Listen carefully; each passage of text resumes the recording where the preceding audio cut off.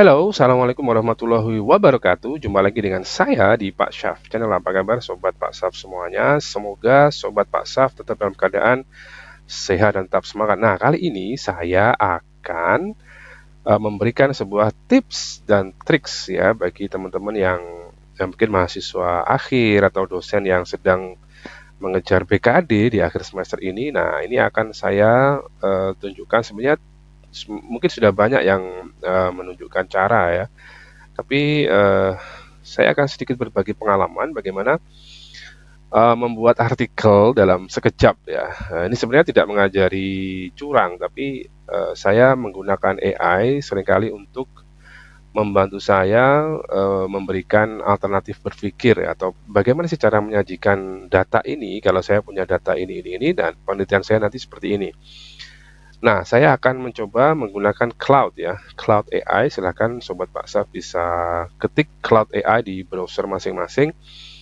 Dan saya sebenarnya iseng-iseng mencoba dia membuatkan, saya punya datanya ini ya, pastikan data diperoleh melalui cara yang benar, instrumennya juga valid ya, pastikan proses ilmiahnya dijalankan. Ini hanya apa ya istilahnya membantu berpikir. Nanti kalau saya punya data ini, kalau saya gabungkan, saya triangulasi, terus ingin saya jadikan artikel nanti seperti apa cara penyajiannya. Jadi lebih ke sana ya. Jadi tidak mengajari, oh Pak Saf mengajari curang, tidak. Saya juga tidak langsung menggunakannya atau mensubmitnya ya. Ada proses-proses selanjutnya yang harus saya lakukan untuk memvalidasi, memverifikasi bahwa artikel yang jadi itu memang benar-benar buatan AI, tapi harus kita verifikasi ulang, kita summarize, kita paraphrase sampai plagiarisme maupun AI deteksinya rendah ya. Oke ya, ini saya coba aja, mudah-mudahan bisa digunakan ya. Ini ada lembar pengamatan, ada respon, ada ini, ini ya.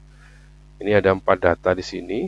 Nah, di sini ini ada data-data yang saya dapatkan, kemudian eh, coba saya cari template. Ini ada guidelines juga ya, ada guidelines ya. Coba saya cari template, apakah ada template di sana? Oke, template. Apakah ada di sana template-nya?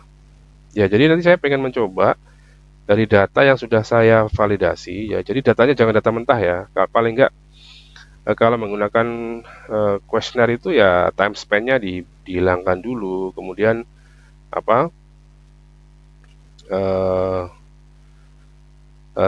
timeline-nya dihilangkan dulu, kemudian data-data yang mungkin perlu dirapikan dulu gitu ya. Jadi pastikan apa namanya? Sorry ini kok dot template. Sorry. Ini salah ya. Oke, kemudian saya tambahkan, coba cari template dulu. Jadi pastikan data yang sobat akan analisis dan sebagainya itu sudah terverifikasi juga ya. Jadi bukan data mentah yang sangat mentah, kalau perlu ditabulasi dulu. Nah, ini saya pengen mengajukan di sini.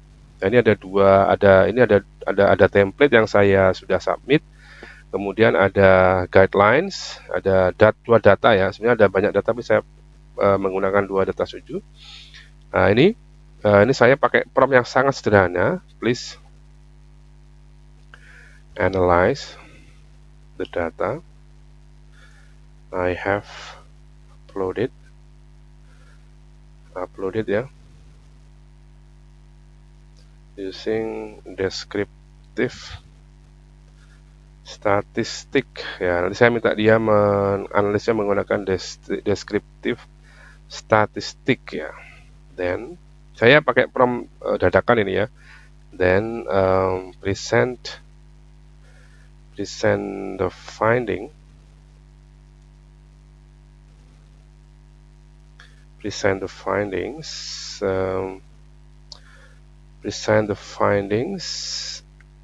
Present the finding and discuss it.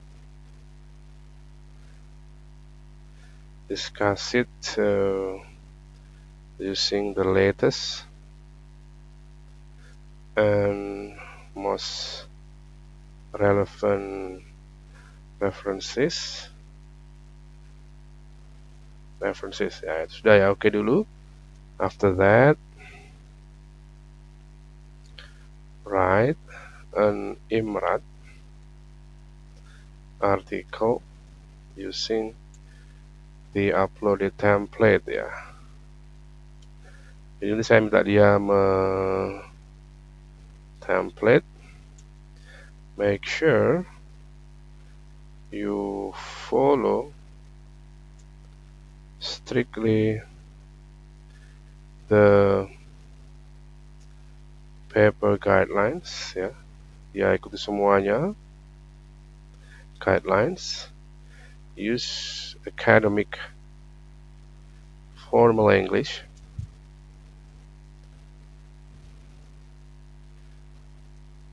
Employ human tones instead of robot tones. Ya, kalau sobat pengen menambahkan lagi silahkan ya, tapi saya hanya punya 2 data yang saya ingin tulis atau saya analisa. Sebenarnya saya pakai statistik SPSS juga bisa, tapi ini adalah challenge saya sendiri. Saya ingin mencoba cloud. Seberapa hebat cloud bisa membantu menganalisis data juga, kemudian mempresentasikan data tersebut dalam bentuk sebuah artikel dengan metode IMRAD, mengikuti template yang saya sediakan dan guidelines yang juga saya sediakan ya. Kita klik saja ya. Ini masih biasanya dia thinking ya, dia masih melalui proses membaca dulu ya, check available skills, kira-kira ada skill apa yang bisa dia gunakan. Pengalaman saya tidak sampai 10 menit ya, jadi artikelnya tuh ya jadi artikel gitu ya. Kalau yang lain kan biasanya masih harus kita copy paste ya. Kalau dia memang outputnya nanti sudah berupa file docs yang persis ya dengan template yang kita upload ya. Itu menurut saya salah satu kelebihan ya, tanda kutip kelebihan atau perbedaan dengan AI yang lain ya. Saya cukup senang karena kalau pengen membuat sesuatu yang sama persis template-nya itu bisa saya lebih suka pakai cloud ya, karena ya dia bisa membuat itu persis sama dengan apa yang saya harapkan ya. Meskipun ya isinya nanti perlu kita verifikasi ulang, kita lihat lagi apakah nanti juga akan saya cek ya di sini kira-kira hasil dari cloud ini nanti terbaca berapa persen plagiasinya, kemudian AI detection-nya berapa, nanti kita akan sama-sama lihat ya. Memang tujuannya bukan bypass ya, tapi memang seringkali peneliti itu perlu ide, kira-kira kalau data ini sebenarnya juga sudah punya bayangan di depan, tapi minimal kalau punya ide itu lebih cepat gitu ya. Nanti ini misalkan di analisis statistik seperti ini, setelah itu perlu ditriangulasi dengan apa. Nah, itu bisanya akan sangat membantu peneliti untuk memikirkan hal tersebut ya. Jadi bukan membypass proses berpikir atau proses ilmiahnya, tapi bagi saya tetap sebagai co-pilot ya. Jadi sebagai reference lah. Jadi kalau mau diteruskan ya pasti harus ada proses-proses selanjutnya yang harus kita pastikan data yang diberikan benar, ada referensi yang dia sarankan itu ada dan bisa diakses itu. Karena seringkali AI itu memberikan halusinasi ya, dia memberikan sumber referensi yang tidak bisa diakses atau sumber referensi yang bodong ya. Jadi kalau kita tidak cerdas langsung menggunakan atau langsung submit di sebuah jurnal ya, itu akan namanya adalah bunuh diri ya. Ya paling nggak kredibilitas kita sebagai akademisi, sebagai peneliti dipertaruhkan ya. Jadi harus kita bijak ya. Kita harus mengecek dulu, memverifikasi sumber, mengecek plagiasinya, mengecek AI detection-nya, terus kita harus memparafrase, memperbaiki tulisannya, dan seterusnya. Jadi masih banyak proses yang harus kita lalui ya. Meskipun saya pribadi cukup puas ya dengan bantuan yang diberikan ya. Artinya ya memberikan alternatif lah. Oh, kalau ini begini, kalau itu membantu saya sebagai teman diskusi sebenarnya. Jadi kalau sobat Pak Saf tidak punya teman diskusi yang dapat dihandalkan, ya kita pakai AI untuk membantu kita memberikan input ya. Jadi kalau datamu itu ini, analisis dengan cara ini, nanti sajikan dengan cara ini. Nah, itu saya sudah mengalami. Jadi tidak tidak anti sekali dengan AI, tapi ya tidak langsung percaya juga dengan hasil yang dia berikan. Jadi harus cerdas lah. Jadi kita harus lebih cerdas dari AI yang kita gunakan. Oke, ini masih proses berlanjut ya, masih. Nah, ini saya senangnya cloud itu dia tidak instan ya. Biasanya yang lain itu kan langsung kita kasih prompt, wood langsung jadi gitu. Tapi dia membaca dulu, scanning dulu, kemudian membangun arsitektur bangunannya. Jadi memang secara secara proses thinkingnya ya saya cukup senang ya, karena dia tidak terburu-buru, tidak asal memberikan respon dan sepertinya itu. Ya, jadi kesimpulan saya sih dia berpikirnya serius lah, tidak instan ya. Jadi tidak ada yang minta apa langsung kasih cedas gitu, enggak. Dia berpikir dulu, kemudian nyari sumbernya dan seterusnya itu. Ini kan sudah cukup lama ini ya, ada sekitar 5 menit ya, tapi tidak sampai setengah jam ya. Ada sebuah AI yang dia jargonnya tuh 60 menit. Ya, memang dia thinkingnya deep sekali ya, deep thinking ya. Tapi kali ini saya mencoba cloud ya, seperti apa kehebatan dia. Terutama bagi saya sebagai seorang dosen, tiap semester kan harus bikin artikel ya. Kalau data itu sebenarnya melimpah ya di kelas kita itu. Kalau cerdas itu setiap mata kuliah yang kita ampu bisa menjadi source untuk artikel ya. Tapi ya kita harus juga. Nah, salah satu caranya lewat ini ya. Jadi kita bisa mendapatkan insight ya, wawasan bagaimana menganalisis data, kemudian menyajikannya, menarik itu pakai salah satunya pakai. Nah, ini sudah mulai dia construct docs using template ya, exact formatting ya. Ini exact formatting ya, tidak boleh dimodifikasi ya. Ya, meskipun nanti hasilnya pasti perlu dipertanyakan, harus dipertanyakan ya. Seorang akademisi peneliti harus mempertanyakan hasil yang dibuat AI, kemudian mengkonfrontir dengan data aslinya, kemudian memverifikasi sumber yang dia gunakan. Itu saya kira sudah sangat wajar ya. Ya, itu memang proses verifikasi yang sangat penting sekali di proses menulis sebuah artikel ilmiah ya. Karena akan dibaca banyak orang, jadi minor-minor mistake itu harus kita hilangkan ya. Ini masih running comment ya, tapi sudah tahap akhir ya, sepertinya sudah mulai masuk ke penulisan ya menggunakan template ya.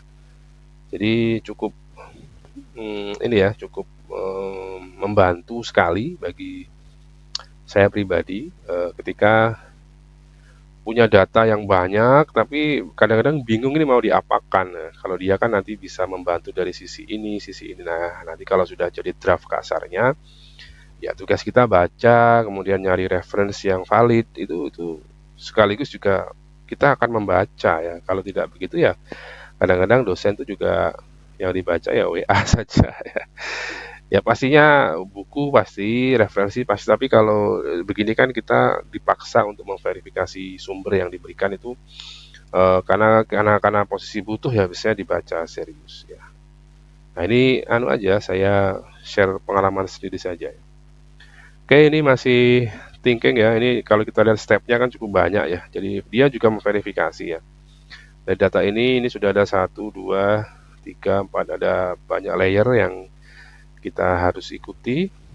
Nah, ini kita akan bersama-sama lihat hasilnya ya. Tapi memang datanya sangat terbatas, pastinya nanti tidak. Memang sengaja saya beri data sedikit saja supaya ya nanti data aslinya ya digunakan di artikel yang sebenarnya. Ini hanya untuk konten saja, keperluan konten. mungkin bagi teman-teman yang belum pernah mencoba menggunakan cloud, ketika menonton ini bisa menggunakan cloud sebagai salah satu alternatif teman ngobrol ketika nulis artikel. Saya memposisikan dia sebagai teman ngobrol yang oke, karena dia tidak minta apa-apa, tidak minta minum, tidak minta makan, dan tidak pernah marah. Nah, ini sudah masuk ke method and finding section. Oke. Ya, saya sebenarnya sudah buat sebelumnya, tapi ini saya memberikan fitur perspektif yang lain, nanti akan saya kembangkan di artikel yang sudah hampir jadi itu. Kira-kira barangkali ada teman-teman yang miss di artikel sebelumnya, itu bisa saya tambahkan atau saya triangulasi. Ya, biasa sebagai proses ilmiah ya, ada proses triangulasi yang perlu kita lakukan untuk memastikan temuan itu komprehensif ya, tidak hanya satu sisi tapi banyak sisi yang kita lihat untuk mendapatkan kesimpulan yang lebih objektif. Saya kira begitu ya. Ini masih berpikir ya. Ya, ini mungkin 10 menit lah, kalau tidak salah 10 menit kayaknya sudah jadi. Kita akan bersama-sama lihat nanti hasilnya seperti apa ya. Saya juga penasaran ini hasilnya seperti apa ya. Oke, triangulation, synthesis subsection before the conclusion. Sayangnya di cloud ini tidak ada, di beberapa AI itu ada di sini ada live activity gitu ya. Jadi di sini dia scanning, nah di sebelah kanannya itu dia ada live activity-nya ya. Jadi output-nya itu sudah bisa kita lihat di sisi kanannya. Jadi kita, nah ini kan cloud reach its use limit for this turn ya. Ini coba kita klik apakah dia masih mau. Nah, ini ya karena gratis ya, mungkin. Nah, ini sudah tidak bisa ya. Iya. Nah, ini saya harus sampai jam 1.20. Nah, ini sebenarnya saya sudah buat contohnya ya, nanti akan saya tampilkan setelah video ini ya, contoh yang sudah jadi, nanti berapa lama yang dibutuhkan untuk membuat sebuah artikel menggunakan cloud ya. Oke, mari cek ya, mari cek. Oke, saya kira itu adalah video singkat kali ini, bagaimana saya, coba kita lihat di sini ya, mudah-mudahan masih ada di sini ya. Ini di video saya harusnya masih ada. Di sini ada ini. Nah, ini masih ada ternyata ya. Nah, ini adalah contoh bagaimana membuat. Nah, ini sudah saya tampilkan di sini semua. Nah, ini ada data, ada template, ada wawancara, ada penggunaan ini. Ini sudah saya berikan prompt sederhana seperti itu. Kemudian dia melakukan proses yang hampir sama dengan tadi ya. Dia ada banyak layers yang dia berikan. Nah, ini pas ketika ini tidak ada limit ya. Tadi ini ada limitnya.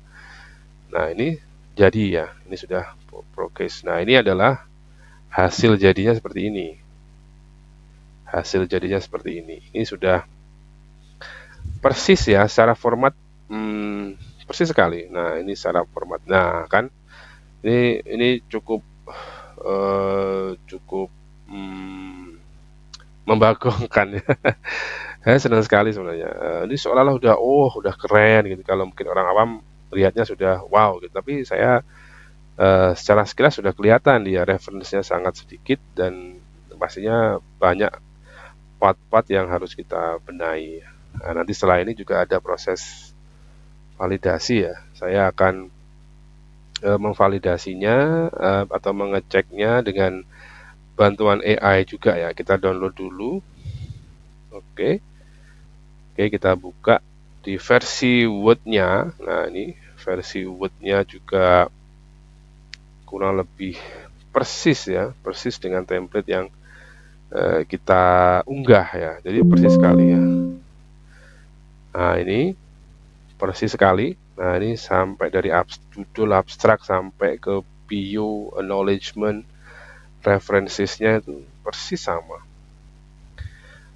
Nah, ini persis sys plek tiplek ya. Nah, kita akan coba ini ya, kita akan coba memvalidasi ya. Kita gunakan ini ya, saya menggunakan Paperpol ya. Teman-teman bisa menggunakan yang lain, tapi saya biasanya menggunakan Paperpol ini. Ini cukup banyak, fiturnya cukup banyak ya. Jadi kita akan lihat AI detection-nya berapa. Pastinya tinggi ya, karena yang buat memang AI ya. Nah, ini ada, saya cuma pengen nyoba fitur plagiarisme sama AI detection. Kita upload saja tadi yang sudah kita download ya. Nah, ini cepat juga kok. Ini juga versi gratis ya, jadi saya belum punya versi yang premium. Nanti hasilnya juga minimal itu memberikan kita informasi ya, bahwa ya memang ini memang AI output ya pasti tinggi ya. Tapi bagusnya Paperpol itu dia memberikan suggestion to review, misalkan grammarnya ini bisa diperbaiki. Nah, nanti bisa juga paraphrase juga, itu mengurangi plagiarisme. Ini masih nah, ini 59% AI writing identified. Ini belum semua ya, karena memang jumlah katanya sangat besar. Nah, ini plagiarisme juga bisa dideteksi ya. Nah, bagusnya di Paperpol ini nanti kita bisa marker ya. Biasanya yang merah-merah itu adalah bagian yang perlu kita perbaiki. Ya, caranya dengan parafrase maupun summarizing ya. Nah, ini sudah selesai. Ini plagiarisme-nya 0.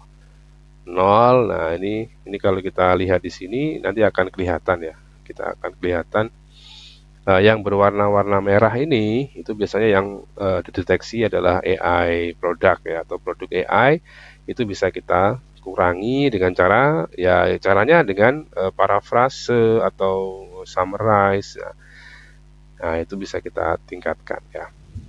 Oke, saya kira itu sangat, tapi overall sangat membantu sekali ya untuk untuk istilahnya ya tadi, untuk memberikan alternatif atau memberikan insight bagaimana kita menyajikan sebuah data. Oke, saya kira itu yang bisa saya sampaikan. Terima kasih atas waktu yang diberikan. Thanks for watching. Jangan lupa like, comment, share, dan subscribe. Pak Saf channel sebanyak-banyaknya. Wassalamualaikum warahmatullahi wabarakatuh.